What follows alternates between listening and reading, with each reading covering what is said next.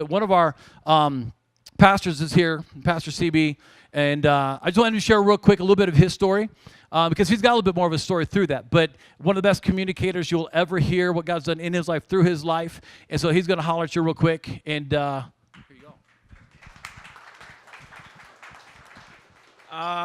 Hey, everybody. How are you doing? You good? All right, I usually only speak in church, so you got to talk back to me. So I say, come on, somebody say amen. There it is. One hand, two hands. We're all going to heaven. Amen.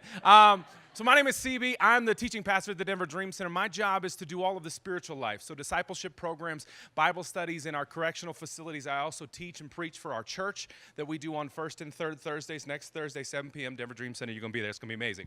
And it wasn't always like that. I was a co-founder for 4 startups here in the city of Denver. One of them was called MGive. I don't know if you know, when Haiti had an earthquake and you could send a text message donation, I started that company. And it's possible in this day and age to be a public success and be a private failure. And so while starting that company, I got interviewed by Diane Sawyer, and I was a drug addict at the time. And so in the green room, while waiting to talk to Diane Sawyer, I was smoking crystal meth. For 15 years, I was a drug addict. And at the very end, while running one of the most successful startups here in the city of Denver, I was using dope all day, every day, about $150 worth. I weighed about 150 pounds, and my life was a disaster. And you didn't know we were going to go right to church, did you? You didn't know that, huh? All right, check it out. So here's the deal. I came here today to tell you that story primarily because there's some of you in here that you know that publicly you're doing great and privately you have some things. And I want to tell you that the sooner you speak up, the better it gets, right? The faster you reach out. You're in a room full of people. This is an organization led by somebody who understands the power and the importance of community. Amen? Amen. And people. Amen? And something greater than us. Amen? So I say all that to tell you that I went through a really, really, really dark season in my life. I went to treatment. I got better. I started to walk out of my addiction and started to get back into the corporate world. And I started another company, and we did advertising production. And then I started another company, and I was in charge of business development for an experiential agency. It was really, really, really fun. But I kept feeling something inside of me that wanted to do something different. Like business was really great and sales was really amazing, and it was fun to travel the world and had expense account, and I had a secretary, but something wanted me to do something different. And I just couldn't negate. I don't know if there's anybody in here, you just feel like, I got to there's this thing, and it doesn't pay any money, but I have to do it, and I want to try it. It's the summer abroad, and I have to go to Ecuador, and I just want to do it. I was like that. I just had to do something. And this time last year, God really began to speak to my wife and I and asked me, because God is a gentleman, he said, I want you to leave the corporate world, and I want you to jump into full-time ministry. And I was like, that is exactly what I've been asking for. I cannot wait. How much does it pay? And God was like, it will pay you nothing. And we did it.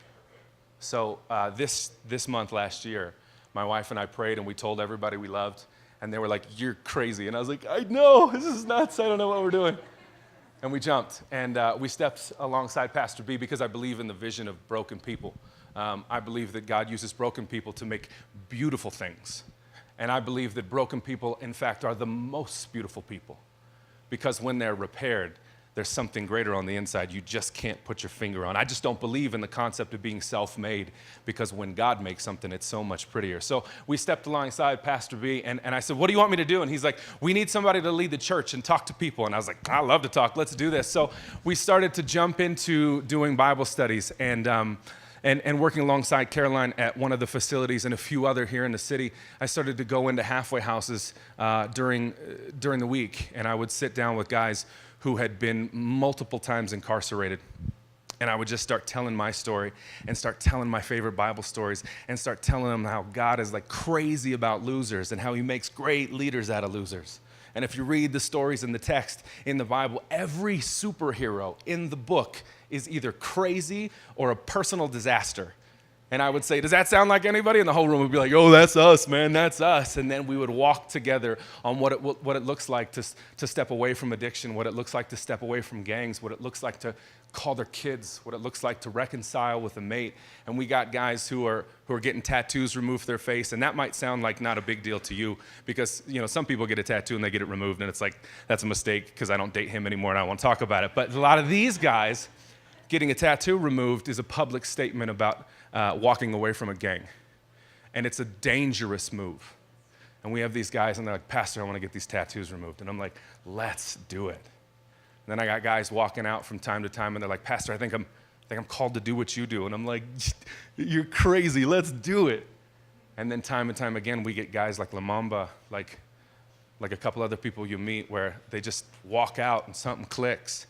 And about 6 months ago, doing this thing, walking by faith, that thing that used to pull me, that told me I had to do something different, like I just woke up one morning, and I was like, oh, this is it. I'm doing it. Like I'm doing the thing I was made to do. And it sure doesn't pay very well, but amen. It changes every day, and this is why I'm here, because there's some of you in here, you have an entrepreneurial spirit. I want to challenge you with the notion that your entrepreneurial spirit is not just for business. You might also be called to think outside the box, to change the world outside the world of commerce. Maybe you're supposed to walk people out of dark seasons. Maybe you're supposed to do it for free. Maybe you're supposed to do it in Uganda or Nepal or anywhere else. Who knows? But hopefully today you'll hear that and be able to jump on that too. So.